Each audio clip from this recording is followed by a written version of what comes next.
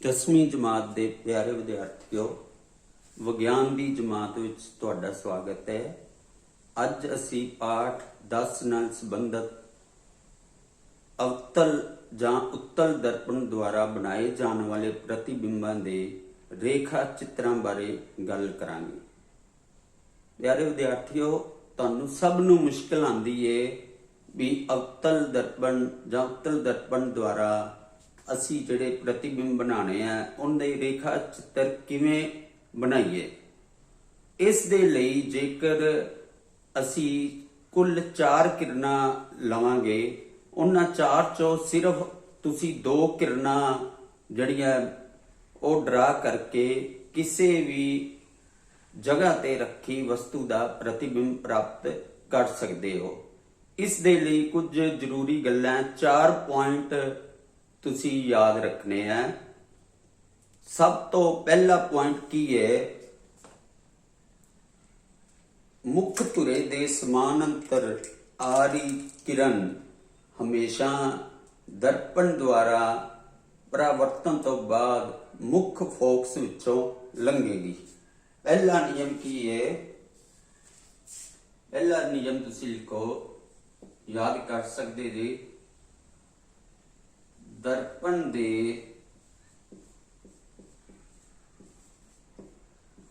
ਮੁੱਖ ਧੁਰੇ ਦੇ ਸਮਾਨ ਅੰਤਰ ਆ ਰਹੀ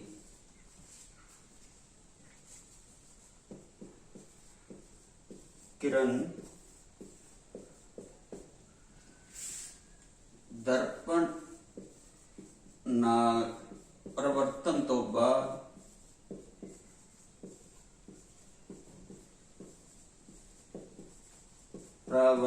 ਬਾਅਦ ਮੁੱਖ ਫੋਕਸ ਵਿੱਚੋਂ ਲੰਘੇਗੀ। ਇਸ ਚੀਜ਼ ਨੂੰ ਅਸੀਂ ਚਿੱਤਰ ਰਾਹੀਂ ਸਮਝਦੇ ਹਾਂ। ਮੰਨ ਲਓ ਸਾਡੇ ਕੋਲ ਇਹ ਇੱਕ ਅਵਤਲ ਦਰਪਣ ਹੈ।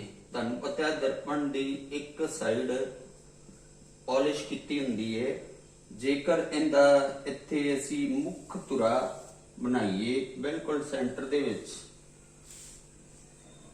ਮੰਨ ਲਓ ਇਸ ਦਰਪਣ ਦਾ ਵਕਰਤਾ ਕੇਂਦਰ ਇਹ ਹੈ ਤੇ ਮੁੱਖ ਫੋਕਸ ਅਸੀਂ ਇਸ ਨੂੰ F ਨਾਲ ਦਰਸਾਉਂਦੇ ਹਾਂ।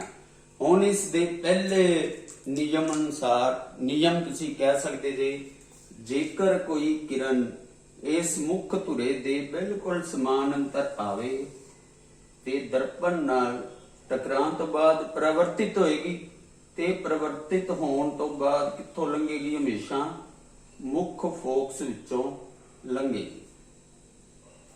ਇਹ ਪਹਿਲਾ ਨਿਯਮ ਹੈ। ਇਹ ਨਹੀਂ ਤੁਸੀਂ ਸਮਝਣਾ ਵੀ ਇਹ ਪਤਾ ਨਹੀਂ ਲਾਈਨਾਂ ਇਸ ਤਰ੍ਹਾਂ ਕਿਉਂ ਲਗਾਉਂਦੇ ਆ। ਜੇਕਰ ਤੁਹਾਨੂੰ ਪਤਾ ਹੋਵੇ ਵੀ ਜਿਹੜੀ ਮੁੱਖ ਧੁਰੇ ਦੇ ਸਮਾਨਾਂਤਰ ਕਿਰਨ ਆਏਗੀ ਉਹ ਦਰਪਣ ਦੇ ਨਾਲ ਟਕਰਾ ਕੇ ਪਰਿਵਰਤਿਤ ਹੋਏਗੀ, ਕਿਉਂਕਿ ਪਿੱਛੇ ਪਾਲਿਸ਼ ਕੀਤੀ ਹੈ, ਇੱਥੋਂ ਵਾਪਸ ਮੁੜੇਗੀ ਤੇ ਵਾਪਸ ਮੁੜਨ ਤੋਂ ਬਾਅਦ ਹਮੇਸ਼ਾ F ਵਿੱਚੋਂ ਯਾਨੀ ਮੁੱਖ ਫੋਕਸ ਵਿੱਚੋਂ ਲੰਘੇਗੀ। ਇਹ ਹੈ ਇਸ ਦਾ ਪਹਿਲਾ ਨਿਯਮ। ਦੂਸਰਾ ਇਹਦੇ ਨਾਲ ਰਹੀਏ। ਹੁਣ ਜਿਵੇਂ ਅਸੀਂ ਲਿਖਿਆ ਹੈ ਵੀ ਮੁੱਖ ਧੁਰੇ ਦੇ ਸਮਾਨਾਂਤਰ ਆ ਰਹੀ ਕਿਰਨ ਜਿਹੜੀ ਹੈ ਦਰਪਣ ਨਾਲ ਪਰਾਵਰਤਨ ਤੋਂ ਬਾਅਦ ਮੁੱਖ ਫੋਕਸ ਚੋਂ ਲੰਘੇਗੀ। ਜੇਕਰ ਕੋਈ ਕਿਰਨ ਅਸੀਂ ਮੰਨੀਏ ਮੁੱਖ ਫੋਕਸ ਵਿੱਚੋਂ ਲੰਘ ਰਹੀ ਹੈ ਤਾਂ ਉਹ ਕੀ ਹੋਏਗਾ? ਪਰਾਵਰਤਨ ਤੋਂ ਬਾਅਦ ਮੁੱਖ ਧੁਰੇ ਦੇ ਸਮਾਨਾਂਤਰ ਹੋ ਜਾਏਗੀ। ਯਾਨੀ ਦੂਸਰਾ ਪੁਆਇੰਟ ਤੁਸੀਂ ਇਹ ਲਿਖ ਸਕਦੇ ਜੇ,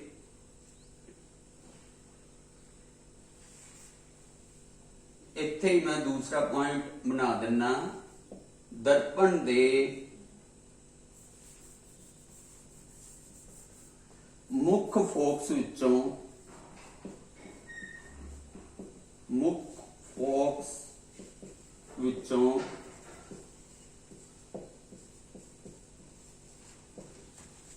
ਲੰਘ ਰਹੀ ਪ੍ਰਕਾਸ਼ ਦੀ ਕਿਰਨ ਦਰਪਣ ਨਾਲ ਪਰਾਵਰਤਨ ਤੋਂ ਬਾਅਦ ਮੁੱਖ ਧੁਰੇ ਦੇ ਸਮਾਨਾਂਤਰ ਹੋ ਜਾਵੇਗੀ। ਹੁਣ ਦੇਖੋ ਦੋਨੋਂ ਪੁਆਇੰਟ ਬਿਲਕੁਲ ਇੱਕੋ ਤਰ੍ਹਾਂ ਲੱਗਦੇ ਆ ਸਾਨੂੰ। ਜੇਕਰ ਮੁੱਖ ਧੁਰੇ ਦੇ ਸਮਾਨਾਂਤਰ ਆਏਗੀ ਤਾਂ ਫੋਕਸ ਵਿੱਚੋਂ ਲੰਘੇਗੀ, ਜੇਕਰ ਕਿਰਨ ਫੋਕਸ ਵਿੱਚੋਂ ਲੰਘੇਗੀ ਤਾਂ ਮੁੱਖ ਧੁਰੇ ਦੇ ਸਮਾਨਾਂਤਰ ਹੋ ਜਾਏਗੀ। ਇਹਨੂੰ ਅਸੀਂ ਇਸ ਤਰੀਕੇ ਨਾਲ ਦਰਸਾਉਂਦੇ ਆ। ਮੰਨ ਲਓ ਇੱਕ ਕਿਰਨ ਇੱਥੋਂ ਆ ਰਹੀ ਹੈ, ਮੁੱਖ ਫੋਕਸ ਚੋਂ ਲੰਘੀ ਹੈ। ਮੁੱਖ ਫੋਕਸ ਚ ਲੰਘਣ ਤੋਂ ਬਾਅਦ ਦਰਪਣ ਨਾਲ ਟਕਰਾਈ, ਪਰਾਵਰਤਿਤ ਹੋਈ ਤੇ ਕਿੱਧਰ ਜਾਏਗੀ? ਇਸ ਮੁੱਖ ਧੁਰਾ, ਇਹਨੂੰ ਅਸੀਂ ਮੁੱਖ ਧੁਰਾ ਕਹਿ ਦਿੰਦੇ ਆ। ਇਸ ਮੁੱਖ ਧੁਰੇ ਦੇ ਸਮਾਨਾਂਤਰ ਹੋ ਜਾਵੇਗੀ। ਇਹ ਸੀ ਇਸ ਦਾ ਦੂਸਰਾ ਨਿਯਮ ਕਹਿ ਲਓ ਜਾਂ ਪੁਆਇੰਟ ਕਹਿ ਲਓ। ਜੇਕਰ ਸਾਨੂੰ ਇਹ ਪਤਾ ਹੋਵੇ ਵੀ ਅਸੀਂ ਇਸ ਕਿਰਨ ਨੂੰ ਯਾਨੀ ਮੁੱਖ ਫੋਕਸ ਚ ਲੰਘਾਣਾ ਤਾਂ ਮੁੱਖ ਧੁਰੇ ਦੇ ਸਮਾਨਾਂਤਰ ਹੋਵੇਗੀ। ਜੇ ਕੋਈ ਕਿਰਨ ਅਸੀਂ ਇਸ ਤਰ੍ਹਾਂ ਦੀ ਲੈਂਦੇ ਆ ਜਿਹੜੀ ਮੁੱਖ ਧੁਰੇ ਦੇ ਸਮਾਨਾਂਤਰ ਆ ਰਹੀ ਹੈ ਤੇ ਉਹ ਦਰਪਣ ਨਾਲ ਟਕਰਾਉਣ ਤੋਂ ਬਾਅਦ ਹਮੇਸ਼ਾ ਮੁੱਖ ਫੋਕਸ ਵਿੱਚੋਂ ਲੰਘੇਗੀ। ਤੇ ਤੀਸਰਾ ਪੁਆਇੰਟ ਅਸੀਂ ਇੱਥੇ ਲਿਖਦੇ ਹਾਂ, ਕੋਈ ਵੀ ਪ੍ਰਕਾਸ਼ ਦੀ ਕਿਰਨ ਜੇਕਰ ਵਕਰਤਾ ਕੇਂਦਰ ਵਿੱਚੋਂ ਲੰਘੇ ਤਾਂ ਪਰਾਵਰਤਨ ਤੋਂ ਬਾਅਦ ਫਿਰ ਵਾਪਸ ਵਕਰਤਾ ਕੇਂਦਰ ਵਿੱਚੋਂ ਹੀ ਲੰਘੇ। ਯਾਨੀ ਵਕਰਤਾ ਕੇਂਦਰ ਵਿੱਚੋਂ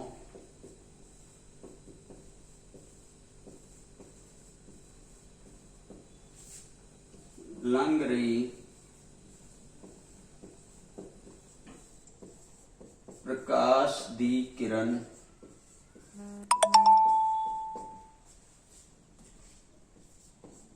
ਪਰਾਵਰਤਨ ਤੋਂ ਬਾਅਦ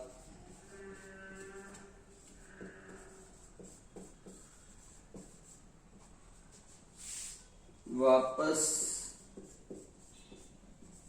ਉਸੇ ਰਸਤੇ ਤੇ ਲੰਘੇਗੀ।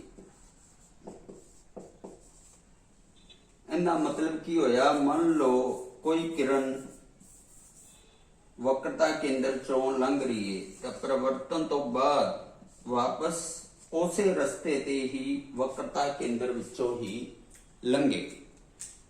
ਇਹ ਹੈ ਇਸ ਦਾ ਤੀਸਰਾ ਪੁਆਇੰਟ। ਹੁਣ ਚੌਥਾ ਪੁਆਇੰਟ ਰਹਿ ਗਿਆ ਹੈ। ਚੌਥਾ ਪੁਆਇੰਟ ਕੀ ਹੈ?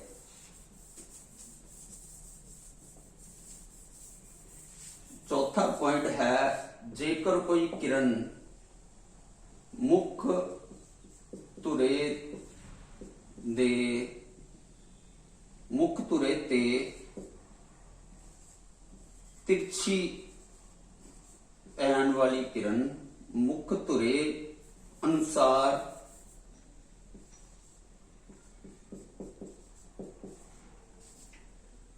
ਦਰਪਣ ਤੋਂ ਪਰਾਵਰਤਿਤ ਹੋਣ ਵਾਲੀ ਤਿਰਛੀ किरण परावर्तन दे नियम अनुसार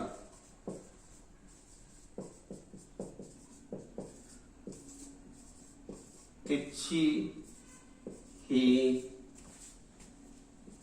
परावर्तित होवेगी। यानी ये चौथा ते आखिरी नियम है। मान लो मुख धुरे दे हिसाब नाल कोई प्रकाश की किरण दर्पण दे उपर तिरछी पैंदी है तां ओ तिरछी ही परावर्तित होएगी ते उसे तरह होएगा जिस तरह असी प्रकाश दा परावर्तन दा नियम करते हैं। यानी जिन्ने कोण ते ਪ੍ਰਕਾਸ਼ ਦੀ ਕਿਰਨ ਜਿਹੜੀ ਹੈ ਆਪਤਤ ਹੋਵੇਗੀ ਜਾਂ ਪਵੇਗੀ, ਓਨੇ ਹੀ ਕੋਣ ਤੇ ਇਹ ਵਾਪਸ ਪਰਾਵਰਤਿਤ ਹੋਏਗੀ। ਹੁਣ ਦੇਖੋ, ਇਹ ਅਸੀਂ 4 ਕਿਰਨਾਂ ਦੀ ਗੱਲ ਕੀਤੀ ਏ। ਇਹਨਾਂ 4 ਕਿਰਨਾਂ ਵਿੱਚੋਂ ਕਿਸੇ 2 ਕਿਰਨਾਂ ਦੀ ਸਹਾਇਤਾ ਨਾਲ ਅਸੀਂ ਅਵਤਲ ਦਰਪਣ ਦਾ ਦੁਆਰਾ ਪ੍ਰਤੀਬਿੰਬ ਜਿਹੜਾ ਹੈ ਉਹ ਅਸੀਂ ਬਣਾ ਸਕਦੇ ਹਾਂ। ਕੋਈ ਇੱਕ ਆਪਾਂ ਉਦਾਹਰਣ ਲੈ ਕੇ ਇਸ ਟੌਪਿਕ ਨੂੰ ਖਤਮ ਕਰਦੇ ਹਾਂ।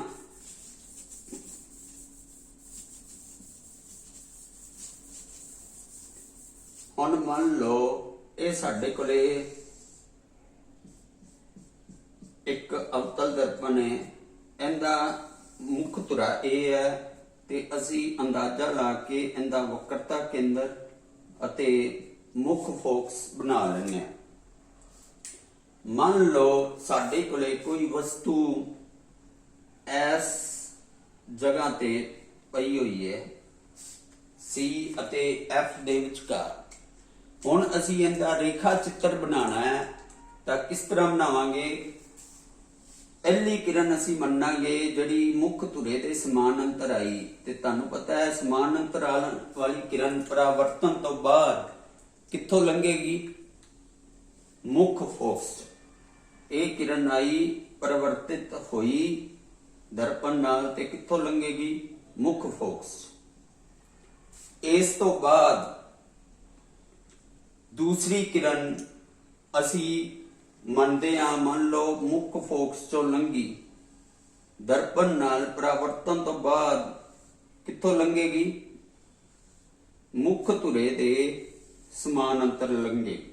ਯਾਨੀ ਅਸੀਂ 2 ਕਿਰਨਾਂ ਹੀ ਲਈਆਂ। ਇੱਕ ਕਿਰਨ ਜਿਹੜੀ ਹੈ ਮੁੱਖ ਧੁਰੇ ਦੇ ਸਮਾਨਾਂਤਰ ਆਈ ਸੀ ਤਾਂ ਮੁੱਖ ਫੋਕਸ ਚੋਂ ਲੰਘੀ। ਦੂਸਰੀ ਕਿਰਨ ਮੁੱਖ ਫੋਕਸ ਚੋਂ ਲੰਘਾਈ ਤਾਂ ਮੁੱਖ ਧੁਰੇ ਦੇ ਸਮਾਨਾਂਤਰ ਆ ਗਈ। ਜਿੱਥੇ 2 ਕਿਰਨਾਂ ਕੱਟੀਆਂ ਆਪਸ ਚ ਕੱਟਦੀਆਂ ਨੇ, ਉਸ ਜਗ੍ਹਾ ਤੇ ਜਿਹੜਾ ਵਸਤੂ ਦਾ ਪ੍ਰਤੀਬਿੰਬ ਬਣੇਗਾ। ਤੇ ਤੁਹਾਨੂੰ ਪਤਾ ਹੈ ਅਵਤਲ ਦਰਪਣ ਦੇ ਵਿੱਚ ਵਾਸਤਵਿਕ ਉਲਟਾ ਪ੍ਰਤੀਬਿੰਬ ਬਣਦਾ ਹੈ। ਤੇ ਇੱਥੇ ਤੁਸੀਂ ਦੇਖ ਰਹੇ ਜੇ ਵੀ ਇਹ ਪ੍ਰਤੀਬਿੰਬ ਜਿਹੜਾ ਵਸਤੂ ਨਾਲੋਂ ਥੋੜਾ ਜਿਹਾ ਵੱਡਾ ਬਣਿਆ। ਇਹਦਾ ਮਤਲਬ ਜੇਕਰ ਵਸਤੂ ਨੂੰ C ਅਤੇ F ਦੇ ਵਿਚਕਾਰ ਰੱਖਾਂਗੇ ਤਾਂ ਉਹਦਾ ਪ੍ਰਤੀਬਿੰਬ C ਤੋਂ ਪਰੇ ਯਾਨੀ ਵਕਰਤਾ ਕੇਂਦਰ ਤੋਂ ਪਰੇ ਬਣੇਗਾ, ਵਸਤੂ ਨਾਲੋਂ ਵੱਡਾ ਬਣੇਗਾ ਤੇ ਅਸਲੀ ਬਣੇਗਾ। ਇਹ ਕੋਈ 2 ਕਿਰਨਾਂ ਲੈ ਕੇ ਤੁਸੀਂ ਕੋਈ ਵੀ ਜਿਹੜਾ ਪ੍ਰਤੀਬਿੰਬ ਹੈ ਉਹ ਤੁਸੀਂ ਦਰਸਾ ਸਕਦੇ ਜੀ। ਤੇ ਇਹ 4 ਪੁਆਇੰਟ ਜਿੰਨੇ ਚੰਗੀ ਤਰ੍ਹਾਂ ਯਾਦ ਕਰ ਲਏ, ਉਹਨੂੰ ਦਰਪਣਾਂ ਦੁਆਰਾ ਜਿਹੜੇ ਬਣਨ ਵਾਲੇ ਪ੍ਰਤੀਬਿੰਬਾਂ ਦੇ ਰੇਖਾ ਚਿੱਤਰ ਆਪਣੇ ਆਪ ਸਮਝ ਆ ਜਾਣਗੇ। Thank you. ਵਾਹ।